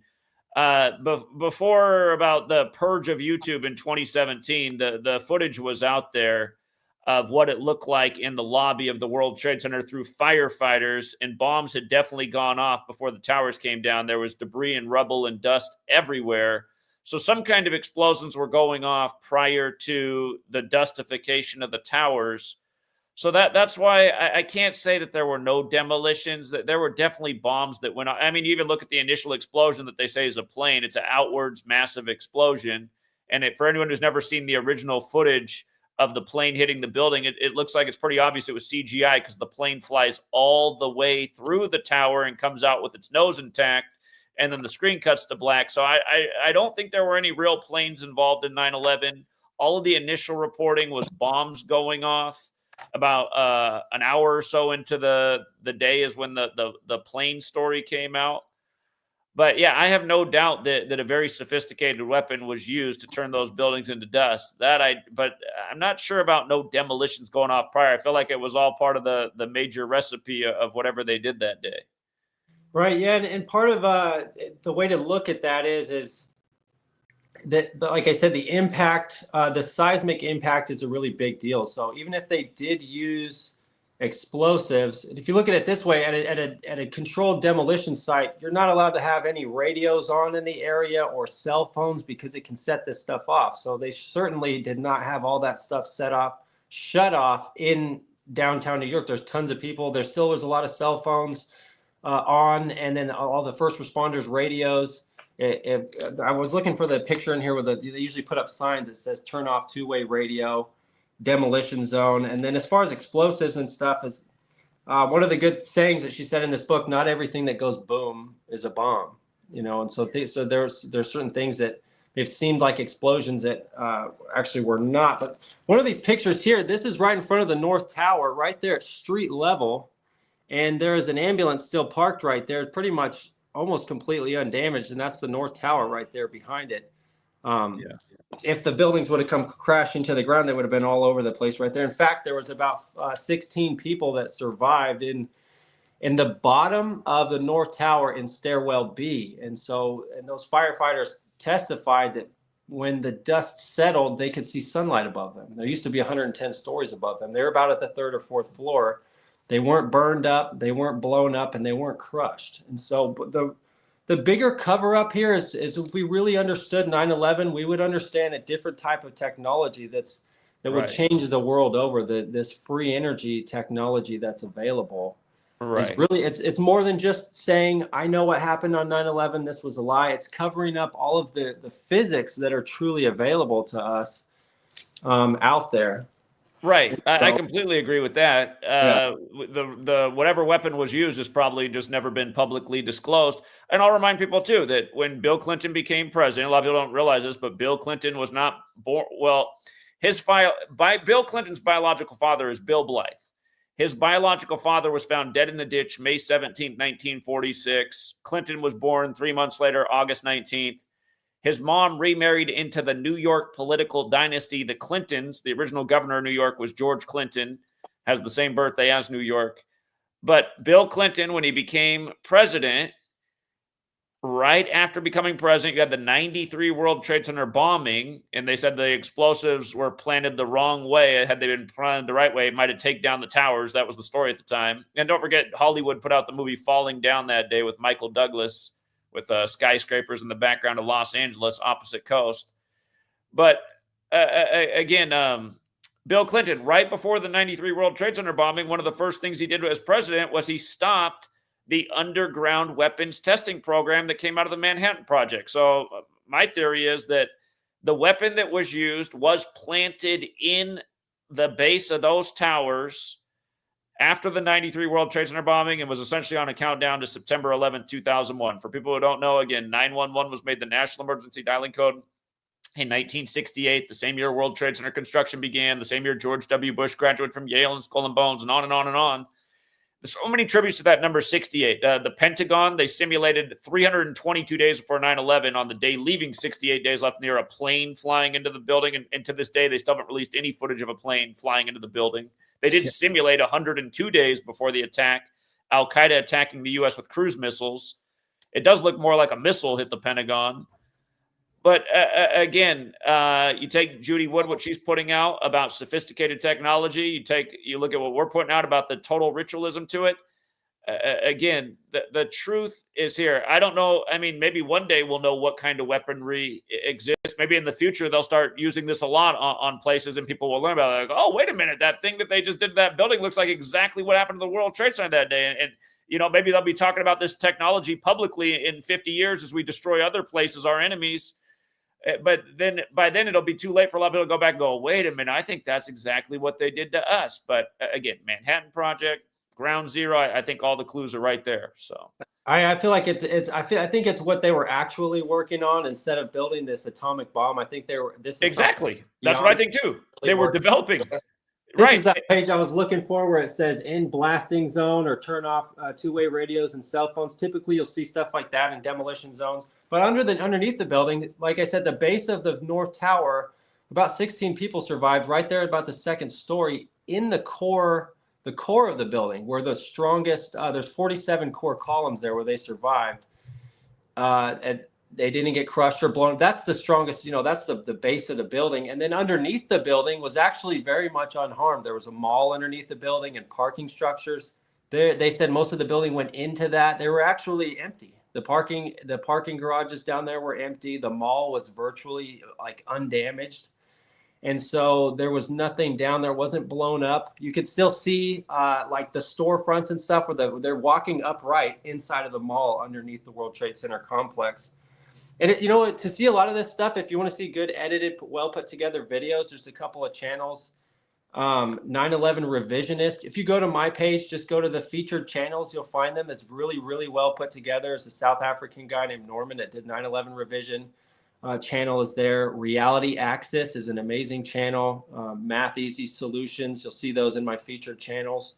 Really great channels that put together good and well edited pieces of information. And my idea is if any regular person like me can just read this book and talk about it, I would encourage to just read chapter 1 and maybe talk about it on a YouTube video, kind of like I did, and let anybody know what you think might be wrong there. And one of the funniest things about melting steel, with fires is those steel bars that you have in your fireplace, they don't melt when you put fire logs on them, so stuff like that is pretty funny. And even with the planes, it would be impossible for planes to actually fly that fast or enter into buildings at all. So that's a little bit of a different direction. Judy doesn't talk about the planes so much because she wants to focus on the World Trade Center itself. But if you want to get into some of that, there's something called optical holography, and more now they even have like video game promotions in downtown LA with images in the sky that look like they're there, or in Dubai, they're doing a lot of that stuff. So there's some technology that would make you think that there's something in the sky. Of course, that gets into the blue beam stuff and whether or not you're seeing UFOs in the sky and things like that.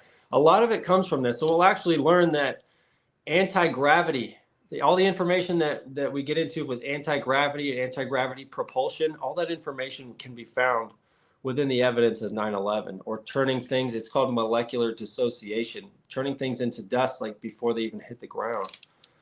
Is evidence that took place on that. It's a lot more is going on than just 9/11 was like an inside job. And again, say what you will about Judy Wood, but imagine had every professor with physics understanding, had they spoken out, produced a book about what didn't make sense about 9/11, it'd be a different world. What the skeptics will say is they'll say, well, why is it only one physics professor or whatever that spoke out? Why aren't there a bunch of books? It's like, well, how many professors did you actually go talk to in your personal life? Because I know when I was at Arizona State, I was in college when it happened. The only only two people, period. The kids weren't up to it. The only two adults I found that were willing to talk about how 9/11 didn't make any sense were two of my professors, my English professor and a guy I had in the business school who literally realized the financial opportunity and went into weapons contracting. And he's teaching back at ASU now, Brad Forst. I'll throw his name out there for anybody who might be at ASU who wants to talk to him about. But they both knew it didn't make any sense. And they saw the geopolitics and, essentially military-industrial complex.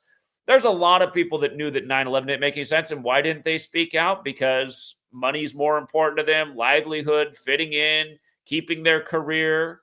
Again, this is the world we live in, and that's why the corruption keeps going, because most people are more invested in the system than doing what's right. And yeah, that there can be real consequences for doing what's right. It's kind of like how I'm blacklisted essentially from my teaching profession for writing my first book, Letters and Numbers. I got hired, and then the job offer got rescinded. I decided I was going to go back and teach in 2018. And they didn't want to tell me why the job offer was rescinded. And then finally they said, well, look, it's because of this book you put out there and we don't like some of the things you wrote in it. And so, yeah, you're not. Don't conform, in the district. This perceptual conformity or fear of implications of the truth. If you don't follow the group, you'll be a pariah. You get put on the outside. But that's the reason I even started talking about that book, or I felt like sharing, because it just like Zach is like it's on a very smaller level, Zach, with not even compared to what Zach's sharing with us every single day. But if you want to know, if you really want to know without a doubt what happened on 9/11, you read that book. It's available on Amazon, and the links are all over my videos I did with it. It would change the world over. The free energy technology, it's available. We wouldn't be paying for these utility bills. wouldn't really be getting sick anymore. We wouldn't be having all this struggle in the rat race. That's how many things are behind that. You know, the whole medical industry, the whole oil industry, and all these things would basically mostly go obsolete. But that's what's behind that information. It's not just, hey, I figured out what happened on 9/11, or I read this book, I want to be, you know, virtue signal and share this with everybody. There's actually enough information in there to let you know it would change the world over if everybody understood what was in there. I would challenge anybody to find any flaw in that book and take a look at it. But there was a hurricane the size of Katrina just outside of New York on 9/11. Most people don't really know that.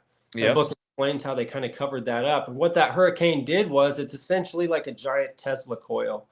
It creates a static electromagnetic atmosphere around it. So it's a controlled field where you enter in field interference. So the electromagnetic readings of the Earth on 9/11 were really going off the charts between 8:46 a.m. and 5:20 p.m. When Building 7 went away. They enter in things like microwave and radio frequencies that actually they change the composition of matter. So it can go as far as making matter turn into dust. But there's other effects. It makes it appear like there's fire in certain places where it's not actually hot. So they made it look like there was fire burning, made it look like smoke. You'll actually notice there's two different tones of smoke going in two different directions, or what looks like smoke. Some of it's very dark, some of it's very light on that day. And it really provides a lot of information as to what was really going on. Any of the video cameras, when something was happening, you would see this interference on like the police video cameras from the helicopters or from people on the ground. It was an electromagnetic, what does Judy Wood call it? Electromagnetic gravitic nuclear reaction. Cold fusion is one of the names that, the older names that they'd called it, or low energy nuclear reaction. Cold fusion is actually coming back in some of the newer news articles and stuff. One thing I question is, why was it there? Why was it available on Amazon? I feel like it's just part of, I probably am helping the cause by teaching about it, because they want everybody to kind of learn about directed energy, because now people are kind of directed energy experts when it comes to the California fires or Maui and things like that. The Secretary of Defense, you know, they've given some of this woman that used to be in the position.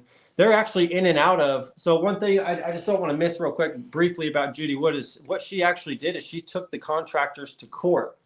The people who put together this report called the NC Star 1.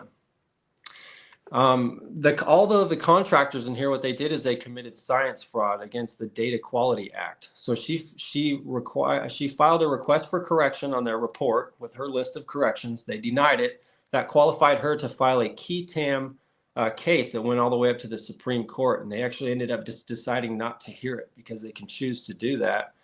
She took them to court. If anybody wants to kind of know who did 9/11, or all the people who for sure know who did 9/11, is all the contractors that are a part of this. Applied Research Associates, SAIC is some of them. These are some of the same people that were in charge of security, cleanup, and investigation of 9/11. So they're listed there, and they specialize in directed energy weapons, hurricanes, and psychological operations. So she did take them to court. There's a list of all those names of all those companies and contractors in there if you want to know kind of who most likely was involved or who for sure knows who did it. Because these people's job is to know anything and everything about weapons of mass destruction, and they were involved in kind of like somebody who stole something from you and helps you go and look for it. Sure. Kind of yeah. So yeah, she took them to court. It's been taken to court. There's an investigation. If you guys want to know, just get that book and you'll see. But I appreciate you letting me talk about it and having me on your channel today. Absolutely. Absolutely. You know what? I do need to get off, but one thing I did see that you brought up, and we can talk about this for a minute. This guy's going viral right now. If you haven't heard his name online, you will in a matter of time. His name's everywhere. Joe Rogan recently had him on his podcast. He came out of nowhere debating Billy Carson and making Billy Carson look quite ignorant. The reason I'm not, in a way, it kind of saddens me to see this kind of stuff go viral. The reason I don't like this guy is because at the end of the day, I just say this guy, his name is Wes Huff, if you guys don't know. He's part of the problem as far as I'm concerned.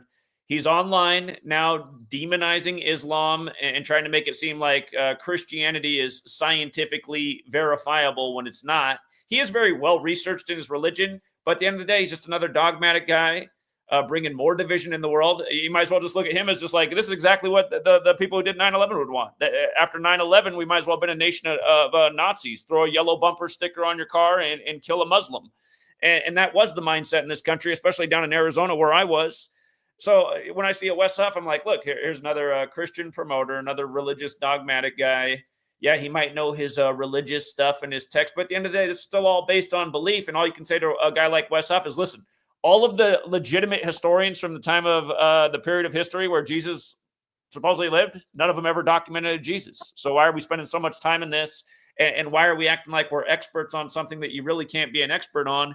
And why are we bringing more division in the world and more hatred for Islam, saying that it's a false religion when there's no proof that your religion's anything but false either? So, yeah, I would love to just say that to a Wes Huff and see how he'd respond. I don't really think there is a response. And again, anyone Joe Rogan's bringing on, these people that become viral overnight, and look at what's going on right now, right? As Trump comes back, as a Wes Huff and look at it. Does the guy not kind of look like a Nazi? Light hair, blue eyes. Again, Trump's starting up another war with Islam. We just had the ritual with the Black Hawk helicopters, 93 months apart. Like Black Hawk down happened in 93. Next thing you know, we're bombing Somalia by the numbers on a Saturn's day when Saturn's the 93 planet. I look at all these things as connected. A lot of people getting sucked into Christianity by Wes Huff, who's demonizing Islam. That's how I see the system. So I think those are also things to wake up to. When stuff goes viral, who's Joe Rogan bringing on that's a truth teller? And is beating Billy Carson in a debate anything? The guy was an obvious scammer and fraud. He just came on my radar about a year ago because somebody brought him up. I looked at him for 5 seconds. I was like, no, this is all BS too. He's another guy just promoting nothing but nonsense, claiming that he went to a school when anybody can take this online certificate. And so, yeah, I'd be weary of the Wes Huffs of the world. And again, religion at the end of the day is the building block of ignorance and why they have the world where they have them. Believing in authority, believing nonsensical stories, taking sides based on religion. All of that was so instrumental in what they did in 9/11. And again, it makes me sad that that's the kind of stuff that's going viral at this day and age. Yeah, he might be well-spoken on his brand of religion, but at the end of the day, I don't see him as anything different than any of these other dogmatic people, especially because he does have a focus on proving that Islam is false. It's like, dude, you can prove your religion's false all day. Yeah, and I one thing that's for sure was really sad about what Muslims were going through right at the kick of 9/11, because we can see right here, this book right here will prove that there was no hijackers that flew planes into buildings and then they just collapsed. So what's also interesting to me is, the Al-Qaeda could make a public statement with that book and say, here's proof that we didn't do it, but they still don't, because there's a lot of this basically the United States funded and it started all of those movements anyways. But if that questions whether or not, if they were so real and true, all they got to do is show you that book and really promote that book. They even have a Twitter or something, or they used to, so treating, people who are just trying to follow their own faith of Islam and stuff wrong, especially for all these years, because of that is really sad. And I would always question anything that's like going viral, especially on these shows that are put out there for us, like Joe Rogan or some of the other podcasts, any of them, anything that's really put out there and spread all over the place, all of a sudden I'll always question it. And yeah.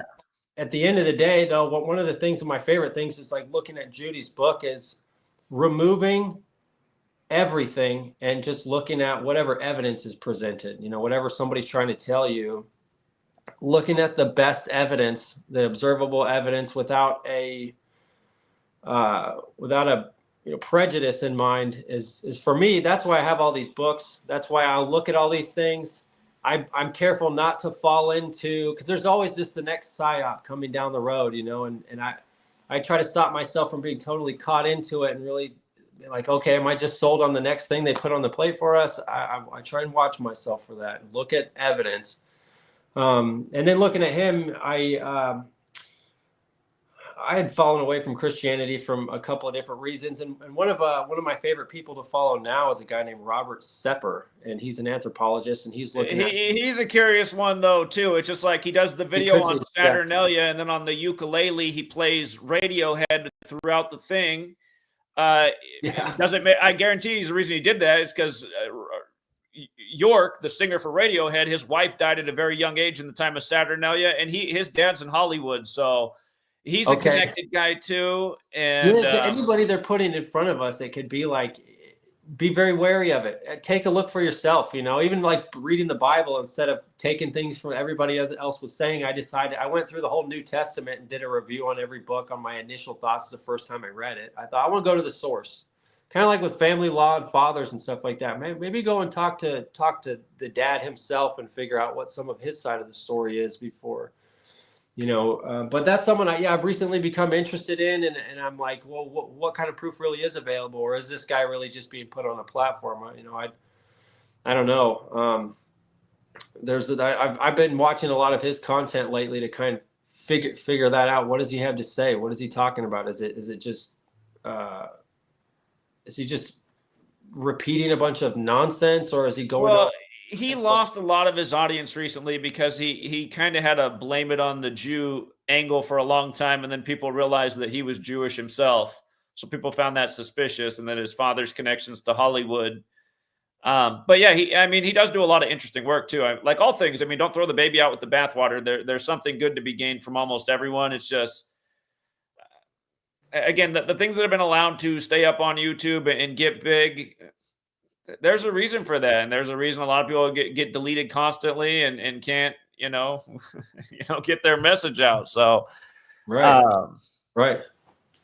Yeah, so I want to investigate. That's what I kind of say about why I brought books into my YouTube channel. I want to read to investigate reality and read for personal development. I just want to keep growing and looking for myself and looking at the actual evidence or whatever evidence is available that I can look at, rather than falling into groupthink or being afraid of everybody else, thinking less of me because I have something different to say. Right. That's so important. And that was my big thing in 2013. I just realized, like, my group of friends who I've been friends with since middle school, it looks like it's time to part ways, because all they're doing these days is demeaning everything I'm saying. It's been that way for a long time. They used to like, oh, Zach, shut up about 9/11. I put up for a lot of years, but just things are getting worse. From 2001 to 2013, when I said enough's enough, I was just watching what's going on. Like, look at all the censorship online right now. Look at what they're saying on the news, that people should be shut down and shut up because they're questioning this latest news story. People need to speak out right now. And instead I'm speaking out, and my friends they're not maturing. They're not growing. They're staying in the same mindset. Like, Zach, just go along with what the TV says. It's like, you know what? You guys are limiting my growth as a human being. Time for me to move on. You guys didn't achieve adulthood. And I'd say that about most Americans. They're not adults. They are not adults. They're not doing anything adult. They're not thinking on an adult level. They're not taking responsibility for their own lives, their children's lives. They're letting their own children become little obese things. It's a bad look here in the States. And yeah, to be ridiculed by your peers, to me, it's almost like a rite of passage at this day and age, because do you want to be like your peers? Look at the average American right now. Are they not the reason we're getting dragged to the bottom? It's sad to say, but there has to be people who step up and become the leaders and help shift the course that we're on. Otherwise, we're all going to the bottom. Like a sinking ship. So that's one of my favorite things that Dr. Judy Wood, the author of this book, Where Do the Towers Go, would say is, she kind of just says, where's all the grown-ups? Who's actually taking the responsibility to look a little bit closer at this? Everybody keeps passing it off, either thinking somebody else is going to do the job, not me, or they're just going to pass it to the next generation, which it seems to be getting worse for. Right. Absolutely. All right, John. Well, I'd love to do it again. I do got to hop off. I went overtime, but you guys give John a sub. He's a wealth of knowledge. He's constantly reading books, giving recommendations, motivation for fitness. You need another person to look at to remind you to get on that routine, take better care of your body, transform the way you look. Again, this is one of our leaders in society. So definitely deserves more subs. Like almost everybody doing the good work online, not getting the attention they deserve. Again, so many people are just constantly caught up in the tabloid and the drama and the distraction. Does that really do anything for your life other than maybe some meaningless entertainment to pass the time? No. Use your time wisely. Become part of the change that the world needs, just like John over at American Fathers. And let me drop the link in the chat too. If you guys just type in American Fathers on YouTube, you're going to find it.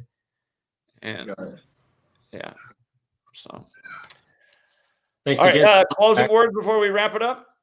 Yeah, thanks again so much. Just as far as some of those most important topics of myself, or if you want to know about my favorite book among all these books, check out Where Did the Towers Go? Or you can look at the whole playlist on my channel. But as far as the family, when it really gets down to it, where we all come from, when we're born, that's the beginning of everything. And when you kind of take control of that trajectory from the get-go, which is what's going on in the family court system, then you can kind of control your future voters, your future taxpayers, your future conformers to the next big ridiculous idea. And check on those around you, though, too. I'll part with that. Is parental alienation should be a household term, and there's a lot of targeted parents out there. Most of the time it's fathers, sometimes it's mothers. Check on them. You know, listen to their side of the story a little bit, especially if it's your immediate family and someone that is a part of your family, someone that you care about. Check on them, talk to them about that stuff. They might need some help and support. It's very isolating to go through that. And you might even be enabling parental alienation by, you know, being on the side of maybe a mother or sometimes a father who's keeping their children away from their other parent or demonizing them. It's extreme psychological abuse on the parent and especially the children overall. To go through that. Kids need both of their parents, their mother and their father. So take a look around you and pay attention to those kids and those parents and listen to their side of the story. Maybe offer some of them some support, and don't forget about them, because male suicide is huge. It's happening at extremely ridiculous rates, even in the military. 48% higher suicide rates come from those who never experienced deployment ever. So I would question, is that because of a lack of access to children? You know, they're missing their kids. That's what most of them signed up to help take care of freedom, and then they realize it's not there. And the most important thing, before I care about the bank robber or the murderer out there, I care about having the right to have my kids in my life, and all these children deserve to have their parents in their life. So that's really the root of everything. Just check on those people. I would just ask that, and thanks again, Zach. Yeah, again, that's another topic I love to talk about. We could save it for another time, but yeah, it's been a slow and steady process to just break up the family unit, moving people out of the agricultural age where one parent could work, and to where we are now, where there's incentives for women to be single and get rid of their man, and states paying the bills for them. And yeah, this is all by design, and people have to wake up and see the forest for the trees and how we got to where we are, because we're in a bad spot. So again, thank you, John. I did post the wrong link a second ago for his channel. I'm dropping it again. Please do give John, aka American Fathers, a sub. And D26, I see in the back room, but like I said, I got to get off, man. I went over time because I got to be somewhere else right now. So, all right, guys, thanks again. Please do sub John's channel. It looks just like this, American Fathers. And we'll be back.